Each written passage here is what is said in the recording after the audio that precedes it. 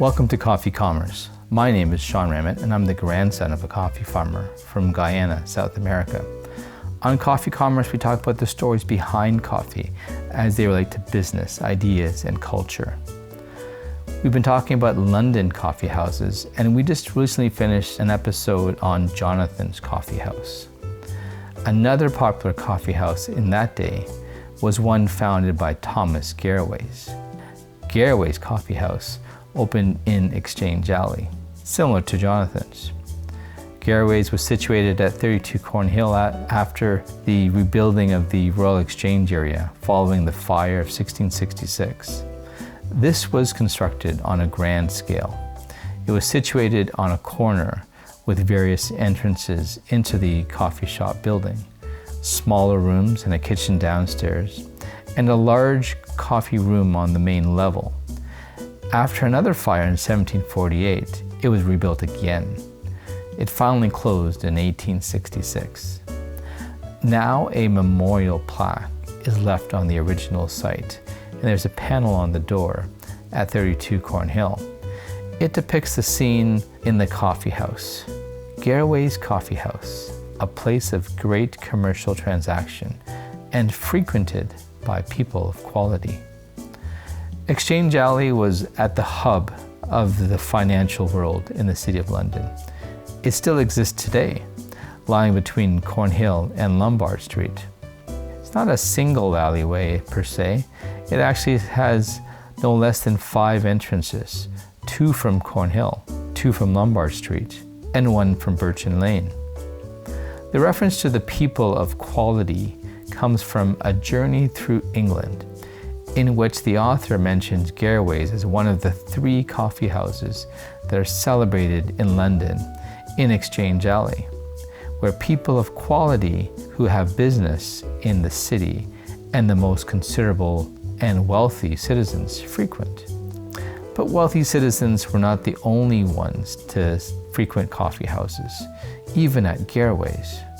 The works of Charles Dickens include multiple references to Garraway's, as well as Daniel Defoe, who wrote about frequenting the coffee house by wealthy traders from the city. In 1656, Thomas Garraway becomes the first person to sell tea in a coffee house, not just in a coffee house, in any establishment in England. There was likely a good reason why it took till the 1650s before tea was sold in an establishment.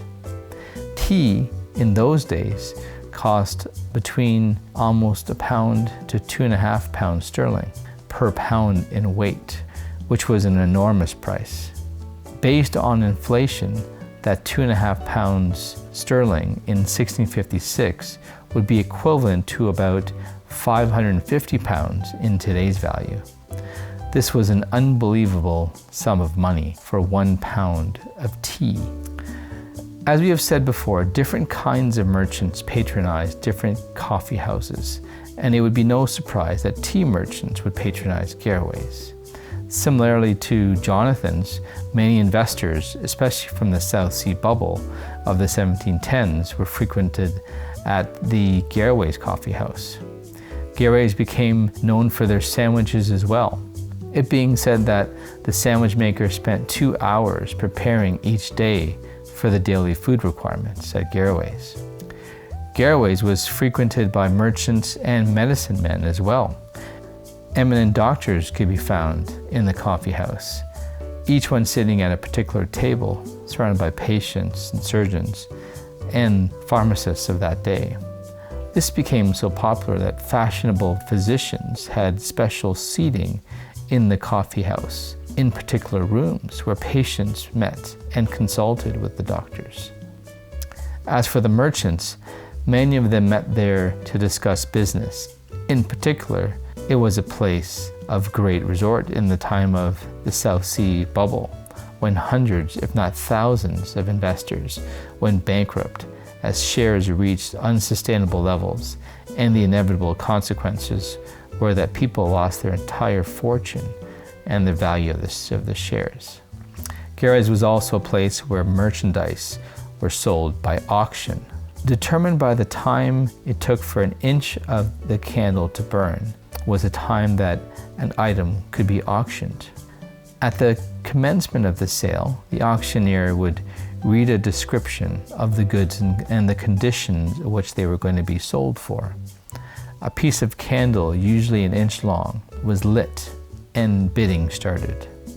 The last bidder at the time the light went out was then declared the purchaser. There is one famous auction that took place at Garraway's. It happened in 1671. The Hudson's Bay Company conducted its first sale of furs at the coffee house in 1671. The Hudson's Bay, or HBC, as it's now called, was chartered on May the 2nd, 1670.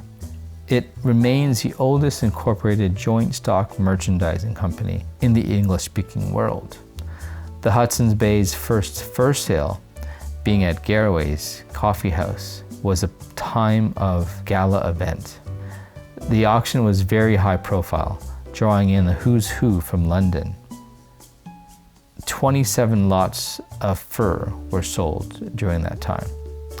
Today, HBC owns department stores in Canada, the US, and has even expanded into Europe. They also own the crown jewel of the retail industry, Saks Fifth Avenue, and they have bought and sold different businesses in the retail business area for years. The Hudson's Bay has weathered many storms and has seen many successes over the years in retail in Canada, the United States, and Europe.